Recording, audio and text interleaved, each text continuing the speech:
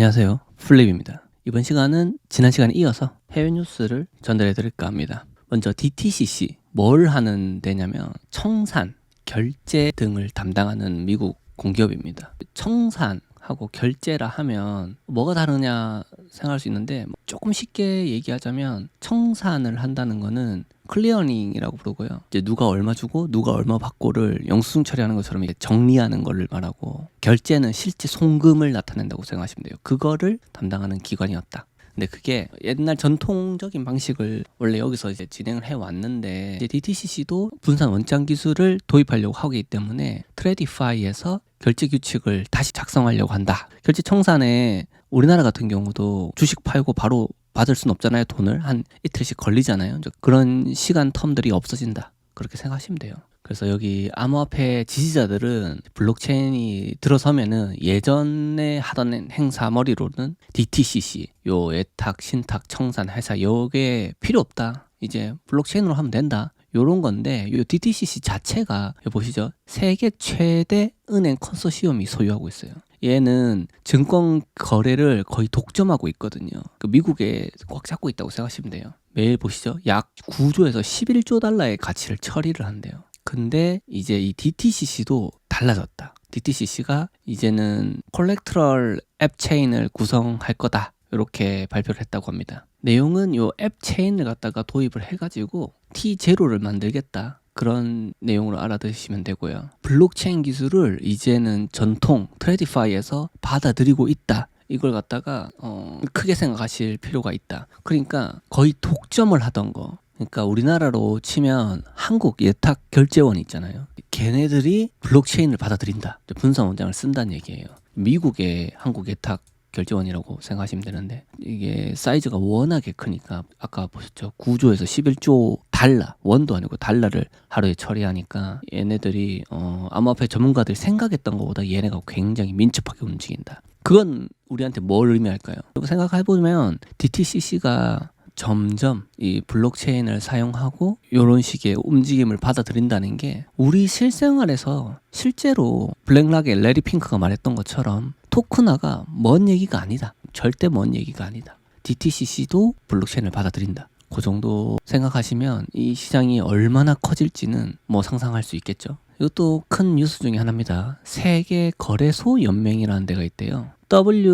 WFE라고 부르고요. 얘네가 토큰화를 위한 CBDC를 검토하고 있다고 합니다. WCBDC를 만들려고 하는 것 같아요. 스위스에 SDX라는 거래소가 있거든요. 얘네들이 시범적으로 CBDC를 지원을 하고 있고요. CBDC가 어떤 베이스에서 만들어질지는 상당히 궁금하네요. 뭐 개인적으로는 식파와 INX가 CBDC 한 회사를 하나 만들었잖아요. 나바텍이라고 만들었는데, 걔네들의 활동도 조금 궁금하기도 하고요. 실질적으로 전 세계 CBDC 시장을 누가 잡을 건가에 대해서도 굉장히 흥미진진합니다. 또 CBDC가 그 앞전에는 CBDC가 이걸 해야 되냐 말아야 되냐에 대해서 왈가왈부가 굉장히 많을 건데, 진성 비트코인 홀더들은 아마 싫어할 것 같고요. 그게 아니라 그냥 기술적인 면에서 그냥 바라보시는 분들은 뭐랄까요, 좀 CBDC를 환영하지 않을까. 왜냐면 활용도가 올라가니까 환영할 거다라는 생각이 들고, 저조차도 CBDC에 대해서 어떤 입장을 가지고 있냐라고 만약에 물어보신다면, 저는 사실 두 가지 입장이 다 보여요. 50대 50입니다. 마음속으로는 활성화가 되는데 기여할 것은 분명한데, 개인의 어떤 권리를 침해할 가능성도 매우 높다라고 생각이 들고, 그 두 개가 어떻게 보완적인 걸로 잘 처리될 수 있으면 좋겠는데 과연 가능할까? 일단 그거는 아직은 무지수입니다. WCBDC가 얼마나 활성화됐는지는 아직은 모르겠어요. 근데 이렇게 여러 가지 중앙은행에서 테스트를 하고도 있고, 또 스위스 거래소에서 이미 시범적으로 이 CBDC의 활용도에 대해서 체크를 하고 있기 때문에 그리 먼 얘기는 아닐 거다라는 생각은 들어요. 그래서 이 CBDC도 우리 목전에 온 게 아닌가라는 생각을 해봅니다. 테더의 XAUT, 이 토큰을 뒷받침하는 실물, 금을 보유하고 있다. 7.7톤이나 보유하고 있다. 굉장히 큰 돈이죠. XAUT가 테더 골드거든요. 여기 보이죠? 요 모양 아마 한 번쯤은 보셨을 거라고 생각해요. 이 테더사에서 실제로 스위스에 있는 금고에 7.7톤을 금을 보유하고 있대요. 테더가 와 이게 톤 단위면 도대체 얼마인가 상상도 안 되는데 엄청나게 많은 금을 소유하고 있습니다. 제가 계산을 대충 해봤는데요. 7.7톤 정도면은 하나로 1조 1천억 원 정도가 되고요. 비트코인은 한 7,800개 정도 된다. 그렇게 생각하시면 될 것 같아요. 그 정도입니다. 이제 저는 그렇거든요. 우리 토큰 증권이다. RWA다. 좀 RWA가 조금 더 큰 넓은 의미이기 때문에 RWA라고 하면 최소한 백업하는 실물 자산이 있어야 된다고 생각합니다. 이 7.7톤 정도의 금을 가지고 있으니까 얘네들이 이렇게 토큰을 발행할 수 있는 거지. 그게 아닌 애들도 너무 많아서 좀 그거는 중간에 좀 법적으로 걸러줄 장치가 있어야 된다. 그렇게 생각을 합니다. 파셋이라고 부르면 되는지 모르겠네요. 파키스탄 최초의 토큰화된 골드 솔루션 출시를 위해서 샌드박스 라이센스를 확보했다. 이것도 흥미롭네요. 파키스탄도 실물금이랑 페어된 토큰을 발행을 했다는 건데 파키스탄 증권거래위원회의 샌드박스 라이센스를 통해서 하고 있다. 우리나라도 보면 IT센이나 이런 업체들이 하고 있잖아요. 테더사도 그렇게 하고 있죠. 이런 식의 현물들, 자산으로 느낄 수 있는 그런 것들에 대해서 토큰화한다. 이거는 뭐 굉장히 긍정적이고 좋은 뉴스다라는 생각이 들고 되게 흥미로운 뉴스 중에 하나다. 지금 전 세계에 우리가 생각하지도 못하는 나라들이 이렇게 토큰화에 열심이다라는 게 좀 흥미로운 뉴스라고 생각됩니다. 저번 뉴스에서 바로 나왔던 건데요. 딜로이트 토큰화된 네트워크가 글로벌 결제를 재편할 거다. 분산 원장이 쓰일 거란 얘기죠. 2030년이면 고작 5년 남았습니다. 5년 안에 은행 플랫폼들이 국제 송금의 25%를 처리하게 될 거다. 스위프트에 하던 역할을 대신한다는 거죠.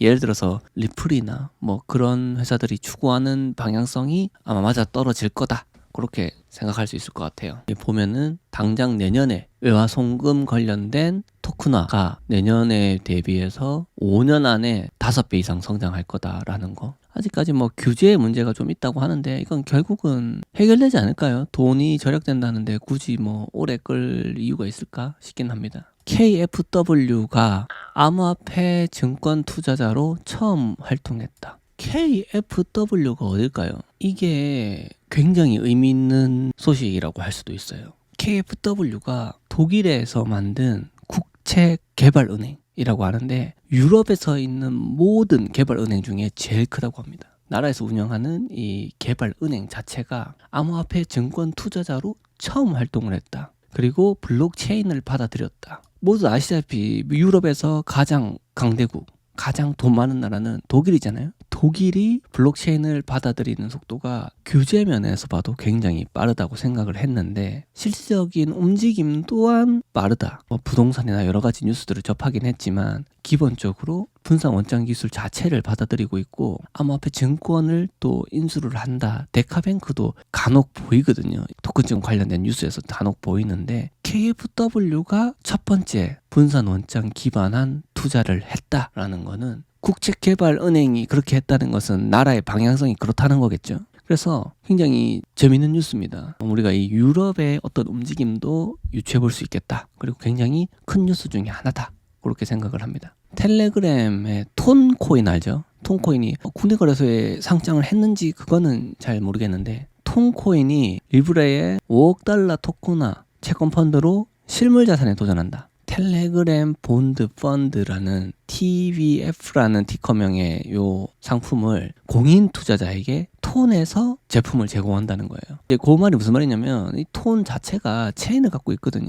그 체인에 올라갔다는 얘기입니다. 이 텔레그램이 뭐 우리나라에는 좀 음성적으로 쓰이는 곳들도 많고 인식도 좀 부정적이기도 한데 제 텔레그램 커뮤니티 방도 그렇고 사실은 이 토큰 증권이나 이 블록체인 쪽에서는 텔레그램 거의 필수적으로 사용하고 있거든요. 우리나라는 뭐 명함을 보통 주고받고 하는데 사실 명함 문화가 외국에도 그렇게 많지는 않아요. 그래서 어떤 비즈니스 미팅이나 이런 걸 하게 되면 실제로 갔을 때 뭐 저 같은 경우도 실제 주고받는 거는 텔레그램 아이디예요. 그래서 우리가 이 텔레그램도 실생활에 굉장히 가깝게 있고 얘네들이 가지고 있던 이 톤 네트워크를 통해서 어떤 상품을 갖다가 온체인상에 올렸다. RWA에 얘네들도 진출을 했다라는 거 굉장히 의미 있게 볼 수 있는 대목이다. 브릿지, 스트라이프라고 있거든요. 온라인의 결제 플랫폼 중에 하나인데 스트라이프의 브릿지 브릿지가 비자하고 스테이블 코인 카드 발급 제품을 출시를 했다고 해요.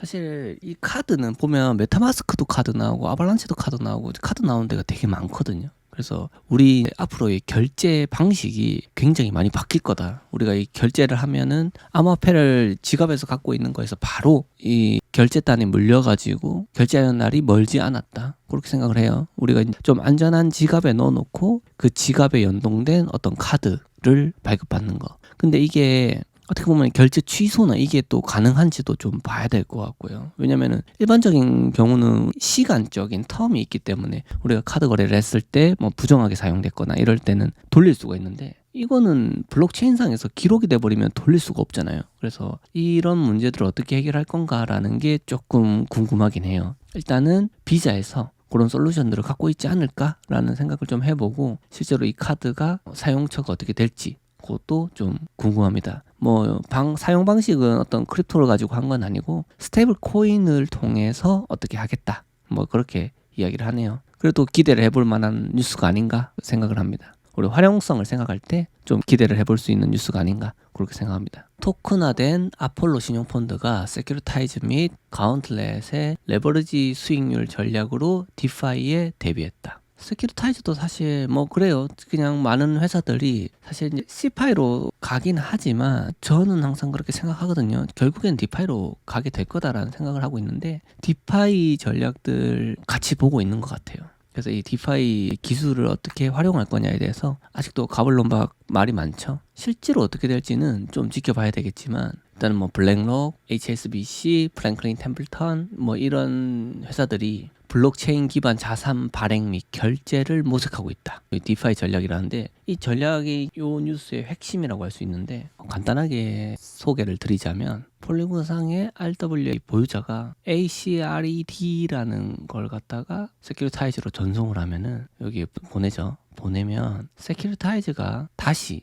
요거를 앞에 S를 붙인 세큐리타이즈 S겠죠. ACRED라는 걸로 전환을 해서 보내줘요. 이거 받아서 여기 볼트를 하나 생성을 해가지고 요 볼트에서 담보 설정을 하고 모포라는 회사가 있거든요. 여기로 USDC를 대출해줘요. 그러면 이제 얘가 USDC를 마켓에 공급을 하는 거죠. 그런 식의 루트라고 생각하시면 되고 담보를 하고 대출을 USDC로 해주는 그런 전략이다. 라고 생각하면 되고 세큐리타이즈나 모포나 이런 데도 많이 보이는 회사들이긴 한데 실질적으로 이런 산업들이 많이 활성화가 될 거다 뭐 그렇게 보입니다. 여기 보면은 ERC 모시기로 이렇게 시작되는 거는 전부 다 이제 이더리움 베이스잖아요. 근데 보면은 1404나 이런 거는 많이 알려진 베이스고 3643이라는 베이스가 있어요. ERC 3643 협회에서 나온 건데 ERC 3643은 뭐냐? 이제 크로스 체인, 그러니까 체인이 다른 애들이 예를 들면은 이더리움하고 뭐 바이낸스 체인, BNB 같은 경우에 토큰 증권하고 이 현금이 다른 각자 다른 체인에 있을 때 얘네들을 샀을 때 바로 공급해주는 게 가능하냐 이거죠. 뭐 예를 들어서 아이넥스의 노트 같은 경우는 아발란체 체인에 있잖아요. 근데 얘를 살 때 이더리움으로 살 수 있냐는 거죠. 이더리움. 그러니까 아발란체 상에 있는 이더리움 말고 이더리움 체인에 있는 이더리움으로 살 수 있냐. 근데 그거를 가능하게 해주는 그런 체인이다. 그래서 굉장히 흥미있게 보이고 또 유용할 것 같다. 뭐 그런 생각이 듭니다. 다음 뉴스는 블랙락입니다. BNY 멜론을 통해서 1,500억 달러 규모의 재무부 신탁 기금 토큰화 주식 발행을 신청했다. 1,500억 달러입니다. 무지막지하게 크죠. 그 다음에 조잖아요. 트릴리언 바로 직전인 거니까 뭐 1억이 1,300 몇십억 되겠죠. 그러니까 한 400조가 넘겠죠. 그렇게 큰 규모다. 400조가 넘는 400조 원입니다. 400조 원이 넘는 정도의 사이즈의 토큰화를 하려고 한다. 이 블랙락이 굉장히 세게 레리 핑크를 통해서 드라이브를 걸고 있어요. 토큰화에 대해서 굉장히 환영할 만하다라는 생각을 가지고 있고 세계 최대 자산 운용사가 이렇게 세게 걸고 있으니까 다른 데는 다 휘두를 수밖에 없지 않겠어요? 그래서 우리나라든 뭐 해외 어느 지역이든 블랙락을 주시할 수밖에 없고 미국의 움직임을 절대 간과할 수 없다. 그래서 이런 것들은 굉장히 의미가 있다. 뭐 그렇게 생각이 들어요. 이 민주화에 대해서 얘기하는 거는 조금 말이 맞나 싶긴 해요. 보면은 뭐 더 잘게 쪼개서 뭔가를 할 수 있다. 그래서 더 민주적으로 만들 수 있다라고 얘기는 하는데 실제 그랬나 말이죠. 그랬느냐. 예를 들면 비들이라는 토큰을 그렇게 했느냐. 그러지 않았죠. 토큰화 하긴 했지만 최소 미니멈 인베스트 금액이 얼마였습니까? 80억 원 정도 됐죠. 우리나라 돈으로. 그게 뭐 민주화한 겁니까? 그렇게 보이진 않고 뭐 아주 대조적으로 리퍼블릭하고 해밀턴 레인하고 합작품으로서 나온 상품이 있잖아요. 지금 현재 팔고 있는 상품. 그거는 최소 투자 금액이 500불입니다. 제법 큰 자산 운용사인데 해밀턴 레인도. 거기서 나온 상품이 500불부터 투자할 수 있어요. 이 정도 되면은 민주화라고 봐야죠. 그래서 제대로 운영하고 있는 데가 어딘가 그런 것도 생각할 필요가 있다 생각이 들고 또 다른 한편으로는 블랙락이 굉장히 고맙다. 이 정도를 누가 걸 수 있겠어요. 그래서 굉장히 고맙고 토큰화에 지대한 공을 세우고 있다. 그런 생각이 듭니다. 소니의 소니엄 블록체인이 플럼 들어보셨죠? 플럼 링크를 통해서 토큰화된 국채와 사적 신용을 제공한다. 이게 무슨 말일까요? 소니사가 플럼하고 협력을 했다는 거예요. 그래서 국채 토큰화를 한다. 뭐 이 정도로 쉽게 생각하시면 돼요. 소니뱅크가 NFT를 보상으로 제공을 하고 있고 부동산을 주로 제공을 하고 있대요.